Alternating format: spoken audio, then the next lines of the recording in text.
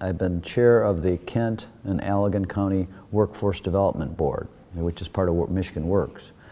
And I became familiar with the issue of transportation as it pertains to the challenges of keeping people employed and getting employed. You know, the two biggest barriers that people have to getting and keeping a job are child care, you know, that's only for obviously the people who have children, you know, and transportation. So in order to get people moving up the economic ladder, you need a stable way to get to work and back. The more public transportation opportunities that you have, and there are multiple, and they can be all kinds of different ones, the more you enable people to move up the economic ladder economically because they've got that taken care of. The problem with a vehicle from a budgeting standpoint, if you just think about a budget, is you can't just plug in X amount of money per week, per month. You just can't do that. Because, you know, and I've always had a nice car and a good dependable car, and that's great until I have to have the brakes worked on. And that's a crisis, because that's not a $100 bill. That's, you know, $400 or $500. And what do? You're only making $8 to $10 an hour. What do you do? How do you do that? Well, maybe you don't fix your brakes. Well, that's not a good solution.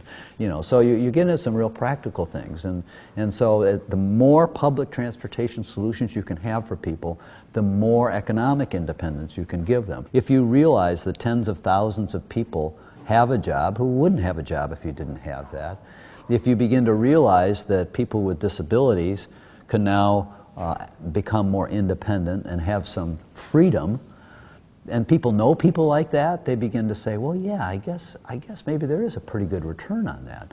Then you can ask the questions of whether they're using your money wisely and appropriately, and I think we've been very lucky with the Rapid. They do a very, very good job of staying current with making sure that they don't have bus lines that are infrequently used and stay up to date, and their ridership just keeps going up and up and up, and it's students and it's people working, and those are the people that are using it.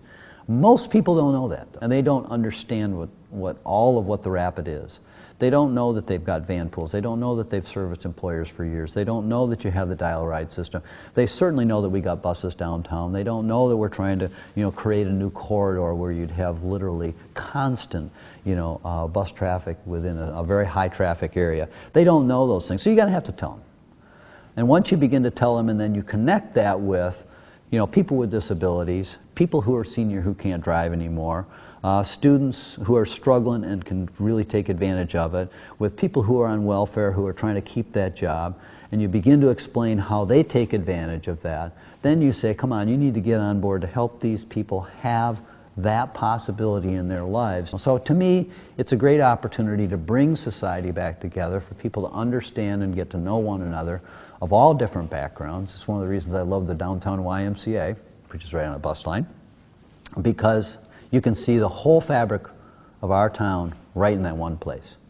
You walk in there and you see all the different, you know, nationalities, you see ethnic groups, they don't all speak English, and it's just cool. And that's the kind of community I want. And I won't say that's true for everybody, but I think the more people get exposed to that, the more they will enjoy that, and that makes for a vibrant economic environment as well.